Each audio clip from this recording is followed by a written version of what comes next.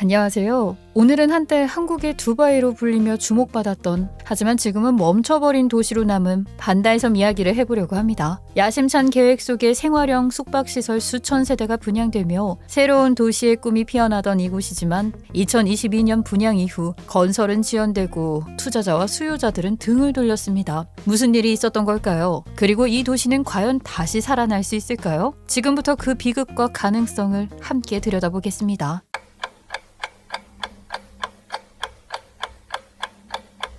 반달섬은 경기도 안산시 단원구 목내동에 위치한 시와호 인근에 조성된 인공섬입니다. 2003년부터 시작된 시와호 매립 사업의 일환으로 탄생했고 총 면적은 약 11.8제곱킬로미터, 여의도의 4배에 달하는 국내 최대 규모의 인공섬입니다. 섬의 이름은 섬의 모양에서 유래되는데요. 위에서 올려다보았을 때 반달의 모습이라 이 섬의 이름이 반달섬이 되었습니다. 이곳엔 단순히 상업시설만 들어서는 것이 아니라 마리나 리조트, 국제회의장, 해양 레저시설, 고급 주거단지까지 두루 갖춘 서해안의 랜드마크 도시로 조성될 예정이었습니다. 모두가 한국의 두바이를 꿈꾸며 완공이 될 때까지를 기다리고 있었습니다. 그렇게 이 야심찬 계획은 2022년 생활형 숙박시설을 중심으로 본격화됩니다. 대표적으로는 힐스테이트 라구닌 테라스라는 이름의 고급 생숙 단지들이었죠. 당시에는 부동산 시장에서 생활형 숙박시설이 주택 대체제로 주목받고 있었습니다. 청약 통장이 필요 없고 종합부동산세도 피할 수 있다는 점에서 많은 관심이 몰렸고 일부 단지는 완판이 되기까지도 했습니다. 하지만 이 모든 기대는 오래가지 않았습니다. 2025년 현재 반달섬의 개발률은 전체 계획 대비 약 30% 수준에 머물러 있고 섬 한쪽에는 몇몇 고층 아파트 단지와 상가, 공공청사가 들어섰지만 그 너머로는 텅 빈 부지와 미완공 건물들만이 덩그러니 남아 있습니다. 공사가 도중에 멈춰버린 건물들은 철근과 콘크리트 구조물만 드러낸 채 하염없이 바닷바람을 맞고 있어 한눈에 봐도 멈춰있다는 인상을 강하게 주고 있습니다. 그렇다면 왜 이런 일이 벌어졌을까요? 가장 큰 문제는 첫째로 교통입니다. 서울에서 차로 1시간 반 이상 걸리는 데다 대중교통은 거의 없다시피 하고 지하철과 연계된 교통망도 갖춰지지 않아 외부에서의 접근성이 매우 떨어집니다. 반달섬은 차 없이는 생활이 거의 불가능하다는 말이 자연스럽게 나와 자차가 없다면 이 섬에 들어오는 것조차 부담입니다. 여기에 더해 생숙의 주차장 규제가 상대적으로 낮아 세대수 대비 주차 공간이 턱없이 부족한 것도 문제로 꼽힙니다. 이 때문에 차량 이용이 필수적인 지역임에도 불구하고 주차난이 우려되며 나아가 오피스텔로 용도 변경을 추진하려 해도 주차장 규격 때문에 쉽지 않은 상황입니다. 실제로 일부 생숙 단지 주변을 둘러보면 건물 외관은 꽤 현대적이지만 정작 주차장은 협소하거나 아예 공사 중인 곳이 많아 방문객조차 부담을 느낄 정도라고 합니다. 주차 공간도 없다면 실제로 거주하기에 상당히 부담이 되는 실정입니다. 두 번째는 투자 유치의 실패입니다. 반달섬 개발은 민간 자본 유치를 전제 조건으로 추진됐지만 2022년 분양 당시 주목을 받았던 생숙이 정부 규제로 인해 사실상 시장에서 퇴출당하며 상황은 급변했습니다. 정부는 2021년 10월부터 생숙을 주거용으로 사용할 경우 이행 강제금을 부과하겠다고 발표했고 이로 인해 수요는 순식간에 사라졌습니다. 대출 기관들도 생숙을 고위험 상품으로 분류하며 중도금 대출 실행조차 거절하기 시작했습니다. 특히 힐스테이트 라구닌 테라스 2차 단지는 이 피해가 집중된 곳 중 하나입니다.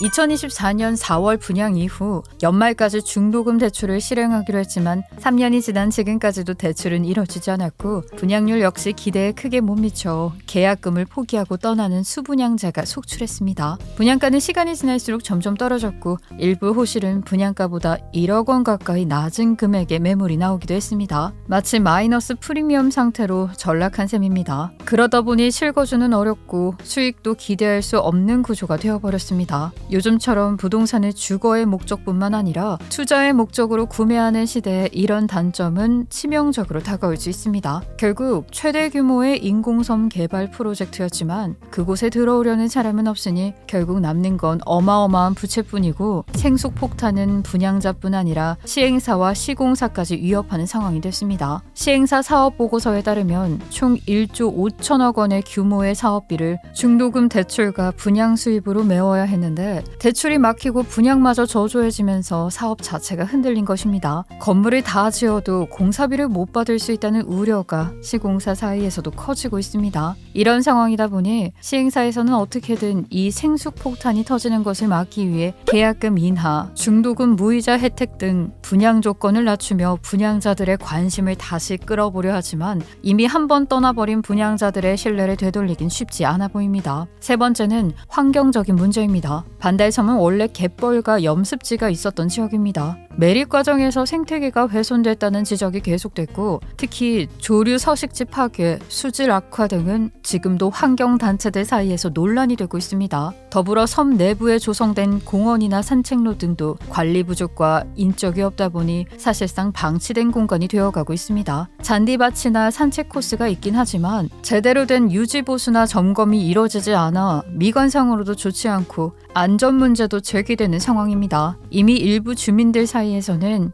여긴 버려진 땅이라는 말이 심심찮게 들려올 정도죠. 이 중에 한 가지만 있어도 분양이 꺼려질 텐데 이런 문제가 모두 공존하고 있으니 서해안의 랜드마크와 한국의 두바이를 꿈꾸던 사람들은 모두 등을 돌려버릴 수밖에 없었습니다. 이러한 문제가 생길 수밖에 없는 이유는 무엇일까요? 왜 결국 반달섬은 실패했을까요? 먼저 너무 큰 기대와 비현실적인 계획이 문제였습니다. 마을이나 리조트, 국제회의장, 고급 호텔, 수변 쇼핑몰까지 겉보기엔 멋졌지만 현실과는 거리가 있습니다. 특히 생활형 숙박시설, 이른바 생숙을 고급 주거처럼 꾸민 것도 규제가 생기면 바로 무너질 수밖에 없는 구조였습니다. 아까 언급한 것처럼 교통 인프라가 부족하다 보니 사람도 기업도 모이지 않게 되어 점점 더 외면을 받게 되었습니다. 두 번째는 주민과의 소통 부족인데 이 큰 프로젝트가 지역 주민들의 의견을 제대로 듣지 않고 진행되다 보니 신뢰가 떨어질 수밖에 없었습니다. 만약 주민들의 말을 주의 깊게 듣고 발생할 수 있는 문제를 예상했다면 조금 더 주민들이 살기 편하고 살고 싶어하는 방향으로 개발의 방향을 맞췄다면 지금보다는 상황이 훨씬 더 좋았을 겁니다. 마지막으로 도시의 기능이 서로 연결되지 않았다는 점입니다. 보통 도시라면 주거, 상업, 일자리, 관광이 잘 어우러져야 하는데 반달섬은 그냥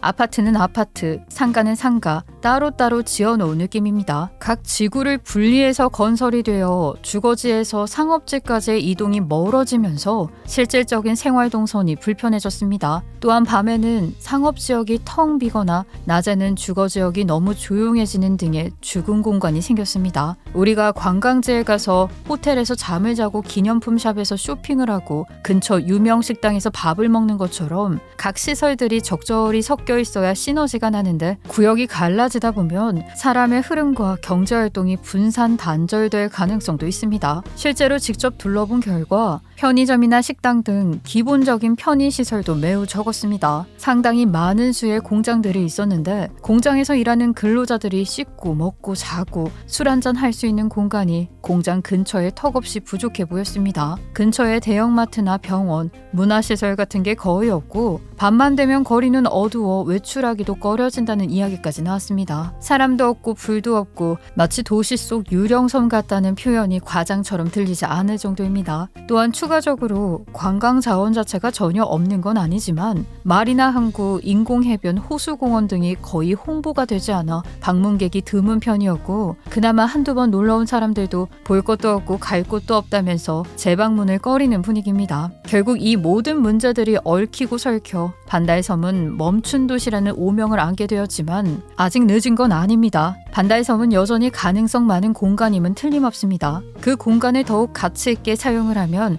멈춘 도시가 아닌 한국의 두바이가 될 수 있을 거라 생각합니다. 이미 개발이 멈춘 구역들은 그냥 방치하지 말고 생태 복원을 중심으로 도시 재생을 한다면 자연을 복원해서 생태 공원이나 친환경 공간으로 바꿔 사람들이 산책도 하고 쉬기도 하는 그런 힐링섬이 될 수 있습니다. 갯벌과 염습지를 최대한 되살리고 철새들이 돌아올 수 있게 만든다면 환경과 관광이 어우러진 새로운 도시가 될 수 있습니다. 또한 서울보다 훨씬 저렴한 임대료를 활용해서 스타트업이나 창작자들을 이곳으로 끌어오게 하는 청년 창업 클러스터 조성을 하여 새로운 경제 생태계를 만드는 겁니다. 앞으로의 산업 변화에 맞춰 탄소 중립 기술이나 해양 레저 관련 기업들을 집중적으로 유치해보는 것도 방법일 수 있습니다. 마지막으로 문화예술 공간으로 리브랜딩을 해 한 번쯤 가보고 싶은 섬으로 홍보를 할 수 있습니다. 빈 부지를 활용해 전시, 공연, 페스티벌을 열어 시민들도 참여할 수 있는 복합 문화 공간으로 재탄생시킬 수 있습니다. 지역 예술가나 디자이너, 공연 단체들이 자유롭게 활동하고 창작할 수 있는 공간을 제공한다면 자연스럽게 젊은 층의 유입도 기대해 볼 수 있습니다. 지금처럼 건물만 있는 도시가 아니라 사람들이 머무르고 일하고 즐길 수 있는 도시, 그렇게 다시 반달섬을 숨쉬게 만들 수 있다고 생각합니다. 반달섬은 실패한 개발의 상징처럼 보일지 모르지만 우리가 어떻게 다시 바라보느냐에 따라 새로운 시작의 무게가 될 수도 있습니다. 도시는 건물이 아니라 사람이 만들어갑니다. 반달섬, 이제는 무늬만 개발이 아니라 진짜 의미 있는 도시로 거듭나야 할 때입니다. 이 영상이 유익하셨다면 구독과 좋아요, 알림 설정도 잊지 마시고요. 여러분은 반달섬에 대해 어떻게 생각하시나요? 댓글로 여러분의 의견을 나눠주세요.